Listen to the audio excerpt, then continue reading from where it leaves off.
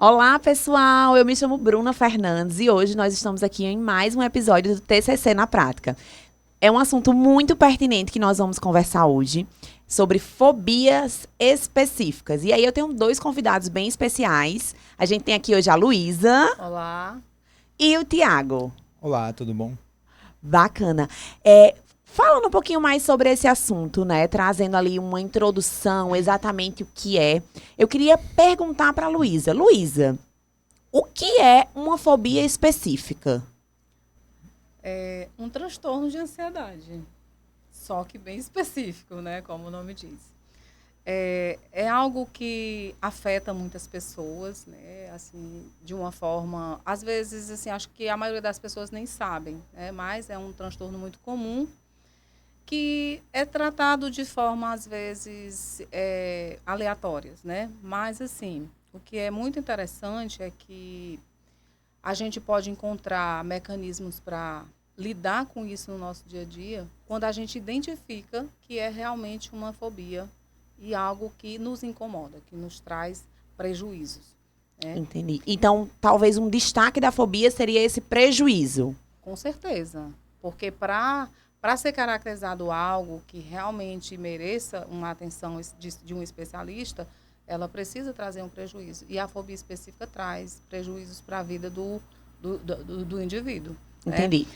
A fobia é diferente do medo? Sim, com certeza. Porque o medo é algo que todos nós temos. Nós temos medo desde que a gente é gente, né? A gente começa a andar, você tem medo de ficar em pé, tem medo de cair. O bebê já vai se desenvolvendo, né, com esse sentimento.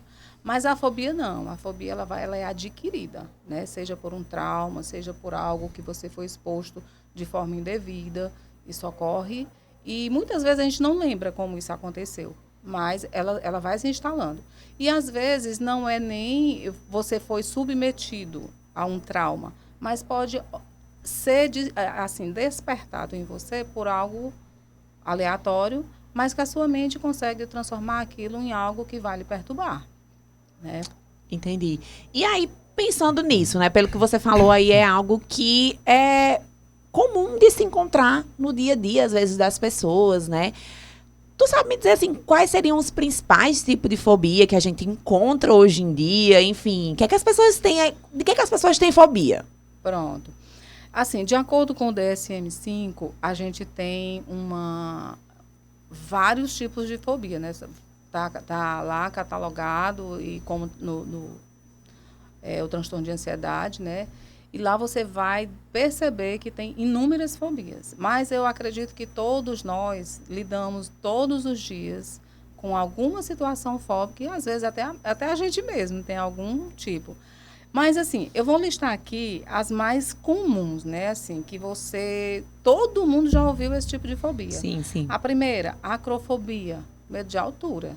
Todo mundo conhece alguém que diz, eu tenho medo de altura, né? Essa fobia é muito comum. Claustrofobia, ambientes fechados. Todo mundo também já ouviu falar nesse tipo de fobia. Isso afeta uma grande parcela da população.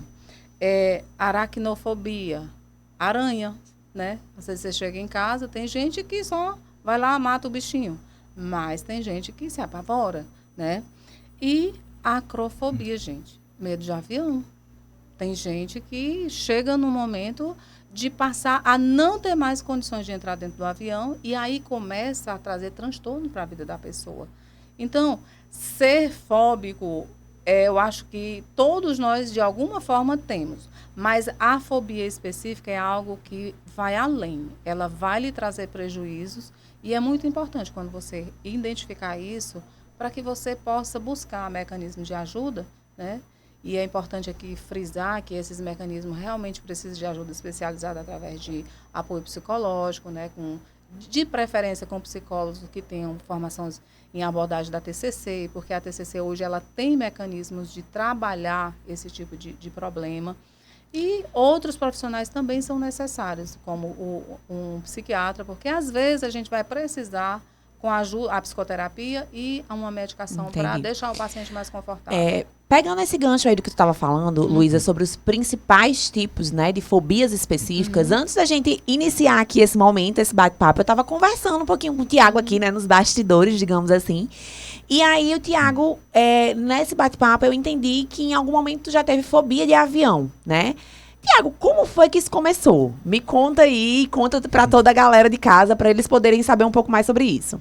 Bom, isso começou mais ou menos em 2020, época da pandemia, né? E eu tive um episódio que eu fui viajar de avião e nesse dia eu comecei a apresentar determinados sintomas que nunca tinham acontecido antes, né? Comecei a ficar extremamente ansioso, as minhas mãos ficaram geladas e eu ficava com aquele receio imenso de passar mal realmente assim, no avião e foi um episódio assim, horrível. E desde então que eu não voltei assim ao que era antes. Entendi. Quando tu não sentia nada, né? Isso. E aí, Tiago, pensando nisso, né? Durante todo isso que você falou, né? Tu falou que sentiu, né? Esses sintomas e tudo, esses prejuízos. O que foi que trouxe, assim, de prejuízo, assim, bem visível para você? O que foi que tu sentiu, né, no teu dia a dia que essa fobia te prejudicou? Prejudicou muito, sim, porque, assim, por exemplo, eu e a minha esposa, nós gostamos muito de viajar nas férias, né? Então, todas as férias, a gente sempre tem uma viagem um pouco mais longa. E depois que eu comecei a apresentar isso, tudo começou a ficar complicado, né? Desde o planejamento, porque eu não conseguia mais fazer parte, não conseguia sentar para reservar um hotel, para pensar mesmo na viagem, nas circunstâncias da passagem até as acomodações, e nada assim eu conseguia. E ela acabou ficando sobrecarregada, né? Então ela ficava tanto sobrecarregada de ter que fazer essa parte do planejamento, quanto ficava preocupada comigo, porque eu não sabia como eu iria reagir na viagem, né? Durante o voo. Entendi. Ficava pensando assim, talvez algo que fosse para ser mais leve, né? Algo que fosse para ser um momento ali, né? De lazer. Isso mesmo, entre vocês, seria algo que poderia trazer, né? Preocupação e tensão, enfim. E aí, o que era que tu pensava, assim? Tu ia entrar no avião, o que era que tu pensava? Assim que eu entrava na aeronave, eu começava... eu ficava, assim, extremamente tenso, e ficava olhando assim como se eu conseguisse encontrar alguma falha na estrutura do avião. Olhava para tudo assim, né? Achando que podia enxergar algum parafuso solto, alguma coisa assim. Ficava olhando para a fisionomia dos comissários de bordo, né? Durante o voo, assim, porque eu achava que eles iam, de alguma maneira, mostrar alguma coisa que, tipo assim, o avião vai cair. E aí eu ficava muito tenso com tudo isso, né? E realmente é um pouco complicado, assim, né? Quem sofre com isso realmente é bem difícil. É complicado, realmente trouxe prejuízos, né? E como você falou, você ficava ali criando, né, situações que talvez, né, possivelmente não eram reais. Muito obrigada, né, por compartilhar disso. A gente sabe que é um tema um pouco sensível. Mas, Luísa, você como uma pessoa, né, que está estudando sobre esse assunto, né, tem estudado sobre esse tema, fobias específicas. Como é que tu visualiza esse relato aí do Tiago? É o prejuízo, né? É o prejuízo que a fobia vai instalar na vida da pessoa se não for tratado, né? E pelo que eu percebi, o Tiago foi afetado em algo que, para ele, era um ponto de desestresse de uma vida cotidiana, ou seja, a viagem das férias, né?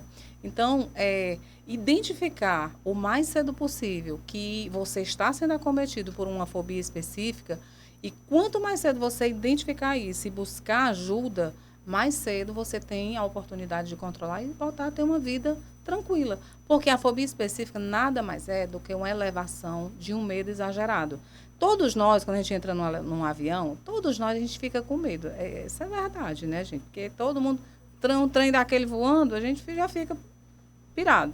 Mas o medo exacerbado faz o que ele fez. Procura um parafuso solto, vai a fisionomia dos comissários. Quer dizer, você fica imaginando coisas que não são reais e leva realmente, ao invés de ser umas férias, é um momento de total desespero, né? Mas aí eu deixo aqui, assim, a minha sugestão de que não se travem, né? Não, as pessoas não devem se travar. Eu tenho isso, eu não vou falar, ou eu não vou fazer isso porque eu não quero passar por isso. Ao invés de buscar esse caminho, que a gente chama de caminho de evitação, busque o caminho do tratamento, da ajuda. Ah, legal que tu falou. Falando sobre tratamento, né? Tu buscou o tratamento, Tiago, em algum momento? Como foi, assim, esse processo? Sim, eu busquei um psiquiatra que ele passou realmente medicação para mim e indicou que eu buscasse um terapeuta da TCC. Ah, especificamente da TCC. Isso. Bacana, legal.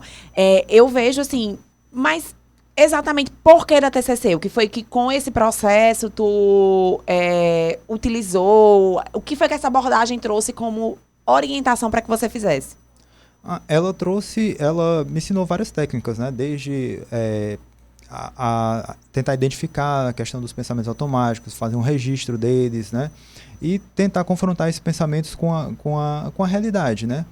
Além disso, meditação guiada, e algumas técnicas que me ajudaram bastante. Bacana. Então, tu falou de coisas práticas, né, que a gente pode estar realizando aí no nosso dia a dia, obviamente, né, com a ajuda de um profissional. Gente, esse foi mais um episódio aqui do nosso TCC na prática, né, e a gente queria finalizar esse momento fazendo um convite para você que está em casa, né, é um tema super pertinente, talvez você conheça alguém, ou até mesmo você esteja passando por alguma fobia específica. Então, assim, procure um profissional da psicologia, de preferência aí da nossa abordagem, né, da TCC, que vai tratar ali daquela demanda de maneira específica. E para que você possa, né, não deixar que esse tipo de pensamento ou esse tipo de fobia possa controlar a sua vida, que você tenha aí uma vida mais leve, né, e consiga superar essas questões em sua vida, tá bom? Então, a gente queria agradecer por esse momento de hoje, né? A gente pede para você curtir muito esse vídeo, compartilha, comenta também e pega esse material, né, e leva também como uma forma de espalhar conhecimento para outras pessoas. Então é isso, um grande abraço, até o próximo episódio, gente. Tchau, tchau. Obrigada.